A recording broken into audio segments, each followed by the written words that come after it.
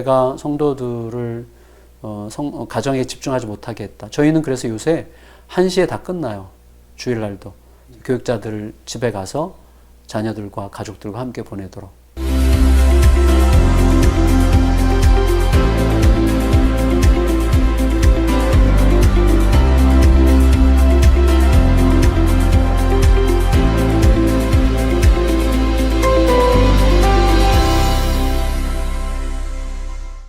요즘처럼 교회론에 대해서 강조해야 될 때가 없는 것 같습니다. 네.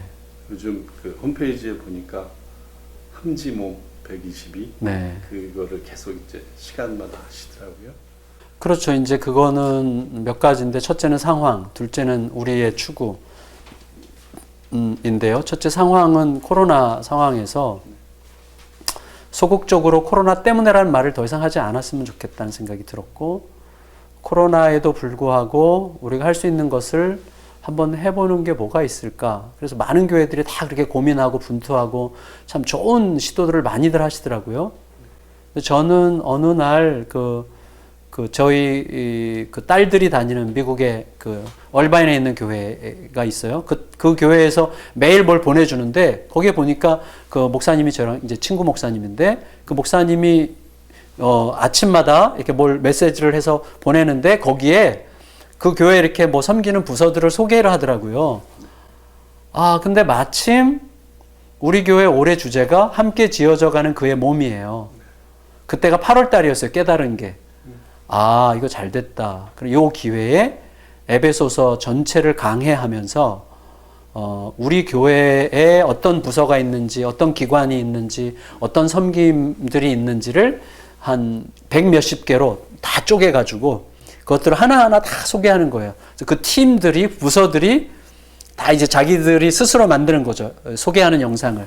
그러면 이분들이 만들면서 다시 리마인드하고 자기들의 정체성을 다시 한번 확인하고 자기들끼리 팀워크가 생기고 즐겁고, 성도들은 우리 교회가 이런 사역들을 지금까지 해왔고 이런 것도 있었구나 하면서 교회됨을 알아가고, 그래서 함께 지어져가는 그의 몸이 되기에 참 적합한 게 되겠구나. 그래서 그 교회가 했던 것보다 훨씬 확장해서 저는 122일 동안 9월 1일부터 12월 31일까지 그걸 하기로 무리한 작정을 하고 이제 시도를 했고, 지금 거의 끝나가는 거죠.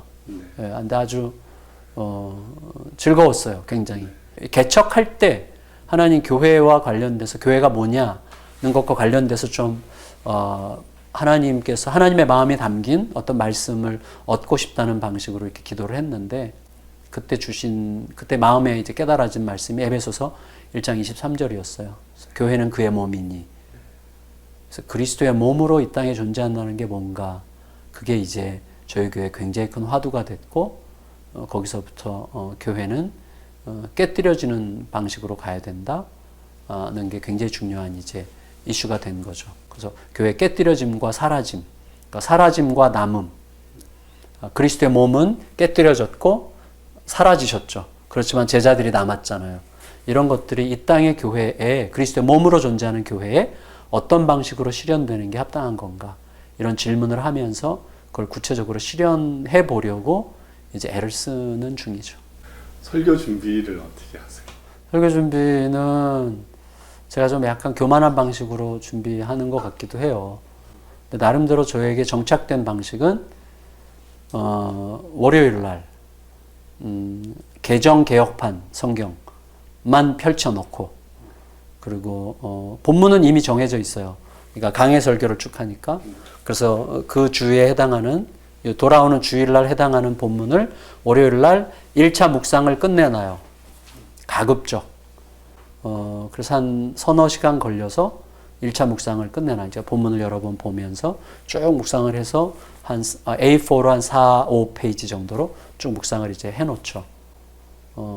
그리고 나서 이제 화요일, 수요일, 화요일, 수, 목, 금, 토 계속 하루에 2시간에서 4시간씩을 투자해서 계속 다시 들여다보는 거죠. 그러면서 고치고 본문을 다시 보고, 이제 월요일은 그렇게 하고, 화요일은 여러 번역본들을 참조하면서 다시 들여다보고, 수요일 날도 또 다시 들여다보고, 놓친 게 뭐가 없는지 이렇게 쭉 봐서 수요일쯤 되면 이제 웬만큼 설교 준비가 끝나요. 그래서 개역 성경으로 먼저 설교 준비하고 그 다음에 여러 번역 성경들을 보고 원문 그 비교해 가면서 이렇게 보고 수요일쯤 대략 1차적으로 끝내 놓으면 이제 목요일 날은 이제 그 주석을 보죠. 주석 한 6권 정도 제가 주로 즐겨보는 주석들을 쭉 보면서 내가 크게 잘못 본 게 없는지 아니면 더 깊이 봤어야 되는데 깊이 못 본 게 없는지 이런 것들을 점검하면서 목요일 날 그런 것과 비교해서 조금씩 고쳐나가고 혹은 좀 더 애드업 시키고 이런 식으로 이렇게 해나가서 목요일 날 정리하고 그러면 이제 한 90% 정도 됐다고 느껴요. 그때 금요일 오전에는 이제 주보에 이제 주보를 넘기면서 다시 한번 정리하고 주보를 넘기고 그 다음부터 이제 금요일 오후부터 토요일까지는 계속해서 성도들의 입장에서 이제 봐요. 성도들의 입장. 그래서 성도들은 이 말씀을 제대로 이해할까? 이 개념은 맞는가? 너무 목사 중심적인 표현이 아닐까? 뭐 이런 것들. 그렇게 해도 성도들은 좀 어렵다고 보는 성도들도 있고 아니면 잘 들어온다고 말하는 성도들도 있는데 어쩔 수 없는 것 같아요. 그거는. 근데 어쨌거나 제가 더 노력해야 되는 부분인데 하여튼 금요일 오후부터 토요일 저녁까지는 여러 번 들여다보죠. 적어도 한 대여섯 번 이상을 짧으면 최소한 서너 번 이상은 자세히 들여다보면서 성도들이 이해할까? 또 이게 성도들에게 좀 더 이렇게 확 박힐까? 성도들에게 좀 더 매력적인 방식으로 들릴까? 너무 평이하고 상투적으로 들리지 않을까? 혹은 이 개념이 성도들에게 신선한데 원래 알았던 개념이지만 신선하게 맞아 그거야 라고 무릎을 치도록 듣게 할 수 있는 방식인가? 이 표현이, 또 이 접근이, 이 어떤 문장이 뭐 이제 이런 식의 질문을 하면서 금토는 계속 그렇게 이제 고쳐 나가죠. 그래서 토요일 날 오후는 이제 약간 여유롭게 있는 편이에요. 아내랑 같이 이제 불후의 명곡도 보고 뭐 제가 이제 설교 준비하면서 하나님이 주신 중요한 은혜 중에 하나는 이거예요. 아주 단순하고 유치한 걸 수도 있는데 하나님은 이번 주에 내가 우리 성도들에게 설교할 것을 아신다. 하나님은 우리 성도들의 형편을 아신다. 그리고 우리 성도들에게 꼭 필요한 말씀을 하나님께서 주시기를 원하신다. 그러므로 성도들이 들어야 될 말씀을 이번 한 주간 내내도록 나에게 여러 가지 모양으로 알게 하실 거다. 그러므로 삶에서 일어나는 모든 사건들은 내가 주의 깊게 들여다본다. 그래서 그 주간에 읽는 책, 그 주간에 보게 된 어떤 기사, 그 주간에 보게 된 어떤 감동적인 이야기, 또 그 주간에 깨닫게 된 막 새벽에 갑자기 퍼뜩 깨닫는 어떤 것이 막 일어나서 막 적거든요. 그런 것들을 잘 묵상하면서 하나님께서 이 말씀 중에 어떤 것들을 이번 주 설교와 이게 매치가 돼서 성도들에게 전해지게 하시지? 이렇게 질문해요. 그래서 설교가 이번 한 주간의 나의 삶이 들어가는 방식의 설교가 되도록 좀 애를 쓰는 편이죠. 하나님이 나의 삶 전체를 통해 설교하게 하신다는 전제 위에서 준비를 하려고 애를 쓰는데 그러니까 매주가 몸은 제가 무척 약한데 체력적으로는 굉장히 딸리는데 마음은 굉장히 익사이팅해요. 매주가. 그래서 기대가 되고 이렇게 설교 준비하려고 성경을 딱 피잖아요. 여기서 이렇게 입맛이 확 돌아요. 내년도 성도님들한테 가장 강조하고 싶은 게 있다면 저희는 가정이에요. 이런 거죠. 코로나 사태로 인해서 깨닫게 됐지만 사실은 원래부터 엄청나게 추구했어야 되는 본질에 해당하는 건데 교회가 놓치고 있었던 무엇을 하나님께서 깨닫게 하셨다라고 발견하게 된 게 전 가정이에요. 그래서 교회가 헌신과 열심을 요청할수록 가정은 해체되는 구조로 한국교회가 왔다. 그래서 겉으로는 번듯한 직분자지만 가정에 가면 자녀들의 미래가 걱정스럽고 아이들이 대학교 들어갈 때 신앙을 과연 지킬 수 있을까를 염려해야 되는 그런 구조는 교회가 만든 거다. 그래서 교회가 성도들을 가정에 집중하지 못하게 했다. 저희는 그래서 요새 1시에 다 끝나요. 주일날도. 교육자들 집에 가서 자녀들과 가족들과 함께 보내도록 주일날. 그래서 주일날 되도록 일찍 끝내려고 해요. 우리가 먼저 그렇게 하자. 그렇게 하는데 단순히 그런 몇 가지 실천이 아니라 이건 교회의 구조적인 문제다. 그러니까 교회론의 문제다. 다시 말하면 가정을 교회로 인식하지 못한 거다.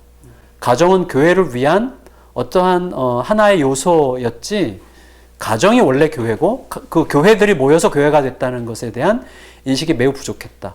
그래서 가정에서 진짜 목회자가 있어야 되는데 가장이 목회자여야 되는데 뭐 혼자 살면 그분이 가장이고 또 남편이 신앙생활 안 하면 엄마가 영적 가장이 되겠죠.